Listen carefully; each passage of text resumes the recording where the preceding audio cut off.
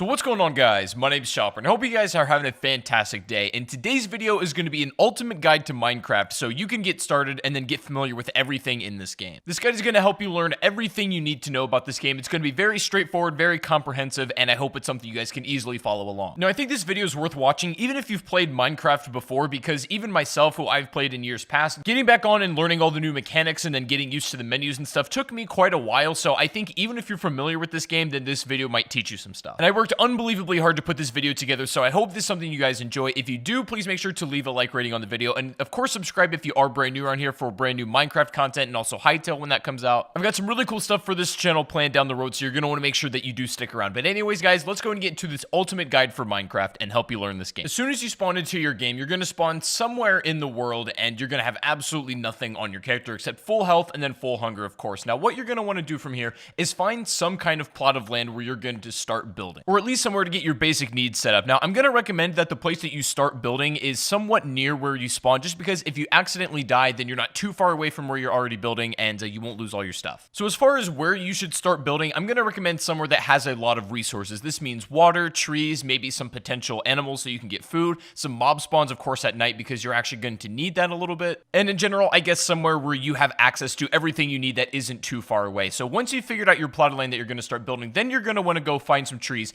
and get wood. Now, you're definitely going to want a little bit of wood, especially when you're starting out, because you're going to need to build a crafting table first of all, and then you're also going to probably want enough to make some sort of little structure, at least for the first night, as you're not going to have a whole lot on your hands because you only have a very limited time to start building this stuff. But once you have some wood, then you can start building your crafting table. Now, this is the most fundamental item you need to build everything else in the game. So you're going to take your wood that you got from the trees, and then you're going to go ahead and build some planks. And you can do this by putting it inside the 4-square grid that's right by your character. And once you have all of your planks built, then you can go ahead and then put them back in that 4-square into a pattern that looks like this, and it should build your crafting table. Pretty straightforward, pretty easy. Now, from here on out, as soon as you place your crafting table down on the ground somewhere, you now have access to all of the craftable items in the game, and the recipes for all these items can be found in this green book, or if you know them by heart, then you won't need the book. Now, as soon as you got this crafting table built, the first item that you're going to want to build yourself, the very first thing you want to go for is a wooden pickaxe. And this is pretty simple to build. You're going to want to make sticks, which is very simple, from your planks,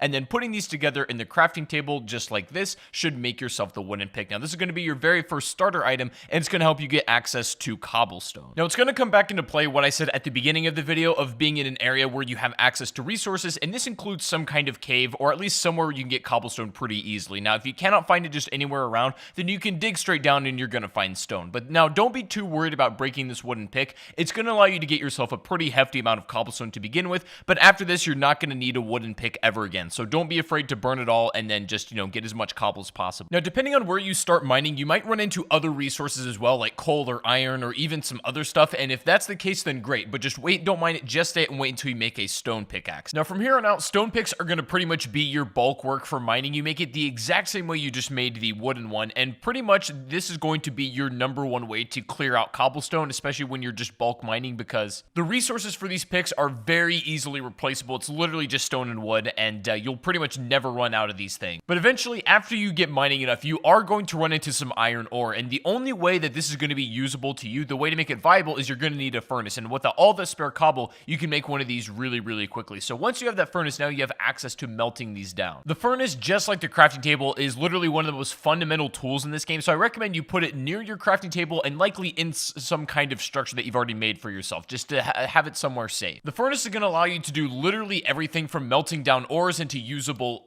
items, and then also cooking food, which is going to give you much more energy than if you were to eat it raw. Sometimes when you're at this point in the game, that's the only thing you have available, and you got to do what you got to do. So it's not like there's never going to be a situation where you have to eat raw meat or you have to eat the rotten flesh in Minecraft, but ideally you want to have it cooked because it's just going to net you a lot more energy and health. So at this point in the game, it's important to protect the resources that you have and then really start to build up where you're going to be staying. Now, what I recommend you do is stock up on a lot of food and then also make a ton of resources in order to build some kind of house. Like normally I just build it out of wood. It's very mobile and you can use this for a lot of things. For example, if you have an excess amount of wood and you're using your furnace and you just don't have enough coal in hand, you can actually burn wood. It doesn't burn nearly as well as the coal does and not for as long at all, but it's still an option if you don't have any at hand. And while you're doing this, it's worth melting down all the iron ore that you have in order to get the ingots because you're going to use these a little bit later on. And for your makeshift safe house, you're just going to want to have something that's tall enough that mobs aren't going to jump in while you're doing this kind of stuff. So maybe maybe 3 or 4 blocks high will be just fine. And of course, another important thing is you should definitely think about making a stone hoe in order to make an infinite source of food, essentially. Now, I wouldn't waste iron on doing this because, again, these are easily replaceable. You can use wood if you really want to as well. But having a stone hoe and starting out with some wheat seeds that you can get from breaking grass is going to be really beneficial. And also something I strongly recommend is you make a bed at this point, especially if this is where you want to make your spawn point be, because every time you die, instead of spawning where you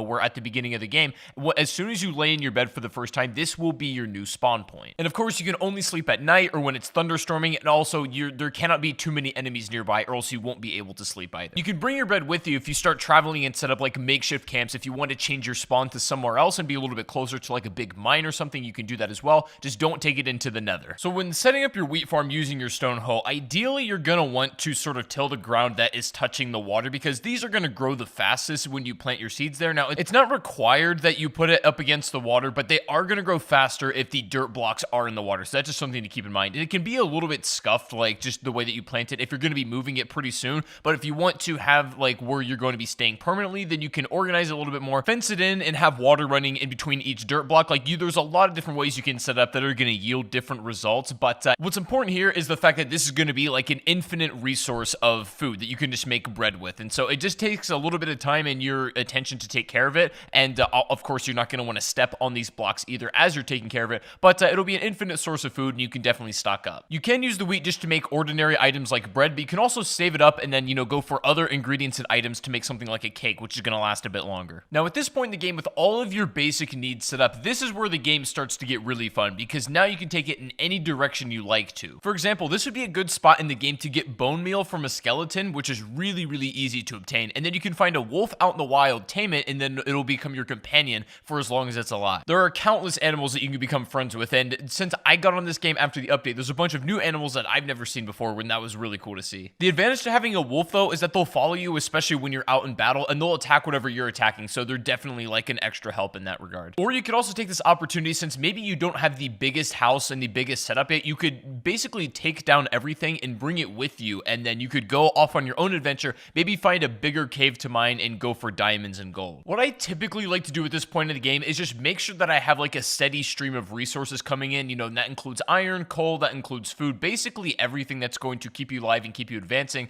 and then also start making moves towards getting some of the rarer items in the game, like getting diamonds, and then of course obtaining obsidian. Now, after getting the obsidian material, this is where the game starts to get a little bit more advanced, and at this point in the game, if you've made it this far, then you're probably already familiar with most of the mechanics, and you can pretty much run with it for yourself. And to obtain obsidian, you're going to have to do some pretty extensive mining, so you're going to want to make sure you're well prepared for this. This includes having a ton of torches, a bunch of stone and iron pickaxes, and definitely some swords and armor, which is definitely recommended. When you're trying to mine obsidian, what you're going to notice is when you first come across it, unfortunately, you are not actually able to mine this with your iron pick. You're going to require a diamond pick, and that's going to at least require you to dig far enough down where you're at diamond level, and of course, obtain enough to where you can actually build a pick itself. And so you can also make obsidian if you get a lava bucket, and then you can do it your own with water, but I find it easier just to kind of dig down for it because it's not that hard to come across. And if you run into the situation where you haven't found diamonds by the time you come across obsidian, what I normally do is cut around where I found the obsidian, and eventually you're probably going to run into diamonds, so I wouldn't worry too much there. And of course, since diamonds are especially rare, if you do find it, you're going to want to make sure you take care of it. What's nice about this game, though, is that once you've kind of dug out far enough where you found diamonds already, it's not too hard to keep finding more. So once you initially find your first ones and you can kind of chain off of that, then you should be in good shape just to get more as well. Now, for whatever reason you are struggling to come across diamonds, no matter how much you're mining, I made a video of the top 5 best ways and easiest ways to find diamonds in Minecraft, so you can go check out that video if you're having problems. But if you're there long enough and you're doing everything right, then you shouldn't have any problems whatsoever. And also, you're going to run into a lot of redstone, and you can get really, really creative with this item if you so wish to. But just as a beginner and as a starter point, it's really nice to make something like a clock and also a compass for Minecraft. The compass is going to allow you to travel much further distances without getting lost, and you can safely do it basically by following wherever your house would be, and you can go off and venture wherever you want in this entire world